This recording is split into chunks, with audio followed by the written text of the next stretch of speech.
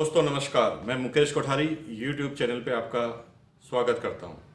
दोस्तों, जब मैंने इस बिज़नेस को शुरू किया तो बहुत सारी प्रॉब्लम्स मुझे इस बिज़नेस के अंदर आए और इन 18 सालों के अनुभव में जो मैंने गलतियां की है और मैं चाहता हूं कि ये गलतियां आप कभी भी अपने बिज़नेस में ना करें, और इसीलिए आज मैं इस वीडियो को आपके सामने बना रहा हूं।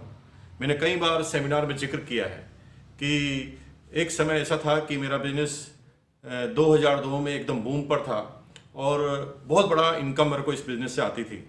और फिर मैंने कुछ ऐसी गलतियां की जिसकी वजह से मेरा बिज़नेस बहुत तेज़ गति से गिरा और उस समय एक ऐसा वक्त आ गया था तब मेरे को डिप्रेशन का शिकार होना पड़ा। दोस्तों, मैं नहीं चाहता कि जो समय मैंने लगाया, जो समय मैंने खराब किया, जो गलतियां मैंने की, वो गलतियां कभी आप अपनी ज़िंदगी में करें। दोस्तों, जब इस बिज़नेस को आप करेंगे तो बहुत सारे चैलेंजेस आपके पास आएंगे, लेकिन आप चाहें तो ऐसा कर सकते हैं कि जो मैंने गलतियां की है वो कभी भी आप ना करें, ताकि मुझे जितना समय इस बिज़नेस में सक्सेस होने के लिए लगा, आपको कभी भी इतना समय इस बिज़नेस में सक्सेस होने के लिए लगे। आपको याद होगा कि मैंने कई बार सेमिनार में बोला कि मेरा जो कमीशन है सन 2002 में 2,85,490। हाँ दोस्तों, मैं अभी की बात नहीं कर रहा हूँ। 2002 में एक महीने का मेरा कमीशन आया था 2,85,490 रुपये का। लेकिन आपको आश्चर्य होगा कि मैंने ऐसी गलतियां कर दी, मैंने खुद ही अपने पैरों के नीचे खाई खोद दी और उसी का नतीजा था कि मेरा बिजनेस सीधा गिरता गिरता गिरता यूं कहें कि टोटल 1% पर आ गया और उस समय एकदम मैं डिप्रेशन का शिकार हो गया। और उस समय मेरे जीवन में ऐसी घटनाएं घटी और उस घटनाओं के दौरान मैंने कई चीज़ें अपने अंदर सोची। 90% लोग क्या करते हैं, 90% लोग गलती ये करते हैं कि जब भी उनके अंदर परिवर्तन आता है, जब भी उनका बिजनेस गिरता है, जब भी वो किसी प्रॉब्लम में होते हैं, तो हमेशा लोगों की तरफ उंगली रखते हैं कि मैं कामयाब क्यों नहीं हूँ। कुछ लोग कहते हैं मैं कामयाब इसलिए नहीं हूँ कि मुझे पत्नी ठीक नहीं मिली। कुछ लोग कहते हैं कि मैं कामयाब इसलिए नहीं हूँ कि मुझे पति नहीं मिला ठीक। और किसी तरह कुछ लोग इससे बोलते हैं कि मेरे को सही तरह के अपलाइन नहीं मिली, सब सही तरह की डाउनलाइन नहीं मिली, मौसम खराब हो गया, राजनीतिक चेंजेस आ गए, भूकंप आ गया, बाढ़ आ गई, तूफान आ गई। इस तरह के हम कई तरह के बहाने बनाते हैं जब हम अनसक्सेस होते हैं। लेकिन दोस्तों, आप ये भूल जाते हैं कि जब आप अनसक्सेस हो रहे थे तो कुछ लोग ऐसे भी थे जो आप ही के क्षेत्र में उस समय बहुत तेज गति से सक्सेस हो रहे थे। जब मैं बहुत तेज गति से बिजनेस गिरा और जब मैं डिप्रेशन में आया तो एक छोटी सी कविता ने जो मैंने बचपन में पढ़ी थी और उस कविता ने मेरी जिंदगी को बदल दिया दोस्तों।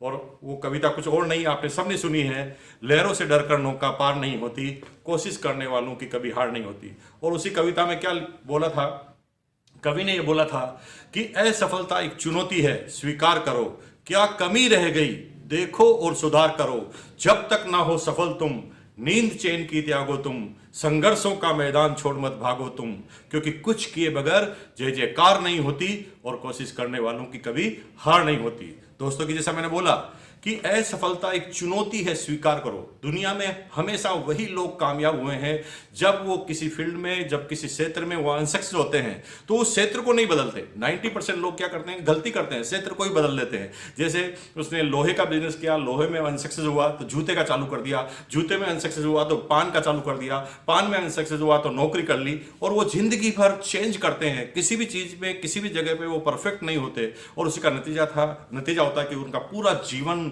ये सोचते सोचते ही गुजर जाता है, कमियों को ढूंढते ढूंढते ही गुजर जाता है। लेकिन दुनिया में एक एग्जाम्पल आप बता दो कि जब कोई आदमी किसी भी क्षेत्र में सबसे टॉप पर जाता है तो उसे कोई अनसक्सेस का सामना ना करना पड़ा हो, हजारों अनसक्सेस का सामना उनको करना पड़ता है। अगर आप राइट ब्रदर को ले लें तो क्या पहली बार में प्लेन बन गया था? नहीं दोस्तों, उन्होंने कई बार अनसक्सेस हुए, वो अपने प्रयोग के अंदर कई बार अनसक्सेस हुए और फिर कई प्रयोगों के बाद वो प्लेन तक पहुंचे। असफलता एक चुनौती है, स्वीकार करो। जब मेरा बिजनेस गिरा तो कुछ दिनों बाद जब मैंने होश संभाला तो मैंने सबसे पहले देखा कि गलतियां क्या है। तो एक आम रूप से पहले मैं ये सोचता था कि इस बार मौसम खराब था, राजनीतिक अस्थिरता थी, मेरी अपलाइन ठीक नहीं थी, मुझे डाउनलाइन ठीक नहीं मिली। लेकिन अल्टीमेट इन सारी चीज़ों का सोल्यूशन मेरे पास नहीं था, क्योंकि मैं इनमें से किसी भी चीज़ को ठीक नहीं कर सकता था। न राजनीतिक व्यवस्था को मैं ठीक कर सकता था, न मौसम को ठीक कर सकता था, न अपलाइन को मुझे बदलने का कोई तरीका मेरे पास था। मेरे अंदर ये सारी बात जब आई तो जब मैंने इस कविता को सुना तो मैंने सबसे पहले निर्णय लिया कि मैं अपनी कमियों को ढूंढूंगा, और सबसे पहले मैंने ये उंगली लोगों की तरफ करने के बजाय अपनी तरफ की, क्योंकि दुनिया को नहीं बदल सकते आप। इस जीवन में अगर किसी चीज को बदला जा सकता है तो आप खुद। तो सक्सेस का फॉर्मूला नंबर 1, जो मैंने गलती की आप मत करना। मैं लोगों की तरफ उंगली करता था तो कोई नतीजा मुझे नहीं मिलता था, लेकिन जब मैंने ये उंगली अपनी तरफ की और अपनी कमियों को ढूंढा, तो उसके बाद आज मुझे 18 साल हो गए हैं और इस बिजनेस में कई कामयाबी के परचम हमने ले रहे हैं। दोस्तों, मैं अपनी गलती नंबर 2 का जिक्र आपके सामने करना चाहता हूं। दोस्तों, जब मैं इस बिजनेस को करता था और जब मेरा बिजनेस डाउन हुआ, तो जब मैंने इसके ऊपर एनालिसिस किया कि मेरा बिजनेस डाउन क्यों हुआ है, तो मैंने सबसे पहले क्या पाया, सबसे पहले मैंने पाया कि मेरे इस बिजनेस में डुप्लीकेशन नहीं है। मैं जो करता हूं मेरी डाउनलाइन नहीं कर पा रही है, और अगर मेरी डाउनलाइन नहीं कर पा रही है तो उसका एकमात्र कारण हूं मैं, क्योंकि मैंने अपनी डाउनलाइन को डुप्लीकेशन नहीं सिखाया। दोस्तों, उस समय जब मैंने इस बिज़नेस को चालू किया था, तो आज तो ऑनलाइन का ज़माना है, इंटरनेट का ज़माना है। कंपनी सारी जो है ऑनलाइन फॉर्मेलिटीज़ कराती है, आपके रजिस्ट्रेशन फॉर्म को भरवाती है ऑनलाइन। लेकिन जब मैंने इस बिज़नेस को चालू किया था तो मैन्युअली फॉर्म भरे जाते थे। और दोस्तों, मैंने इतनी गलतियां की कि मैंने अपनी डाउनलाइन को कुछ सीखने ही नहीं दिया और सीखने के काबिल भी नहीं समझा। जब भी वो कुछ करने की कोशिश करती थी तो मैं उनके बार बार डराता था उनको कि नहीं, ये काम तुम नहीं कर पाओगे। मैं एग्जाम्पल के रूप में कह सकता हूँ कि जब वो मैन्युअल फॉर्म भरते थे तो मैं उनको क्या कहता था कि आप पीछे पेपर पे, रफ पेपर पे अपनी पूरी डिटेल लिख के आइए और मैं आपको फिर उस फॉर्म को भरूंगा। और उसका नतीजा क्या होता था कि मेरा वर्कलोड बढ़ता गया और मेरी डाउनलाइन जो है वो डुप्लीकेट नहीं हुई। दोस्तों, जब ये बात मुझे समझ में आई कि ये बिजनेस पूरा का पूरा डुप्लीकेशन का है, कि जब तक मैं लोगों को नहीं सिखाऊंगा, जब तक मैं अपने जैसा लोगों को तैयार नहीं करूंगा, तब तक मेरे को आराम इस बिजनेस में मिलने वाला नहीं है, जब तक मैं इस बिजनेस में सक्सेस होने वाला नहीं हूं। और दोस्तों, फिर मैंने क्या किया कि मैंने हर चीज में एक डुप्लीकेशन का फॉर्मूला अपनाया कि अब मैं इस बिजनेस को करता था, और जब ऑनलाइन फीडिंग की बात आती थी, जब कोई आदमी ज्वाइन करता था, तो अब मैं उसका फॉर्म नहीं भरता था, उसको ऑनलाइन में नहीं करता था। मैं उस व्यक्ति को स्वयं को बिठा था इंटरनेट पर, और मैं कहता था कि इस तरह से फॉर्म खोला जाता है, इस तरह से वेबसाइट खोली जाती है, और इस तरह से आपको भरा जाता है, और आप चिंता मत करो, आप भरो, मैं आपके पास में खड़ा हूं। अगर कोई गलती होगी तो मैं आपको बता दूंगा। और उसका नतीजा क्या होता था कि एक आदमी पहले ही दिन फॉर्म भरना सीख जाता था, और इसी का नतीजा था कि उसके बाद मेरी टीम में डुप्लीकेशन तैयार हुई, क्योंकि अब मैं कोई भी काम करता नहीं था, किसी भी काम को सिखाने पर काम करता था। और जब लोग बाग सीखने लगे तो आज मेरी टीम में सैकड़ों, हजारों और लाखों डुप्लीकेबल है, और तभी आप इस इंडस्ट्रीज में सफल होंगे। हर व्यक्ति एक इंडस्ट्रीज है मेरे भाइयों, क्योंकि अगर आपने एक व्यक्ति को सिखा दिया तो जिंदगी भर के लिए आपके लिए काम हो जाएगा, जिंदगी भर आपका इस बिजनेस में नाम हो जाएगा। दोस्तों, मैं अब आपके सामने तीसरी गलती का वर्णन करना चाहता हूं, तीसरी गलती के बारे में बताना चाहता हूं। दोस्तों, जब इस बिजनेस को मैं करता था, जब मेरे को एक अच्छी खासी इनकम 2002-2001 में आने लगी, तो आपको आश्चर्य होगा कि उस समय मारुति 800 1,75,000 की आती थी, और मेरा एक महीने का कमीशन हुआ करता था 2,85,000।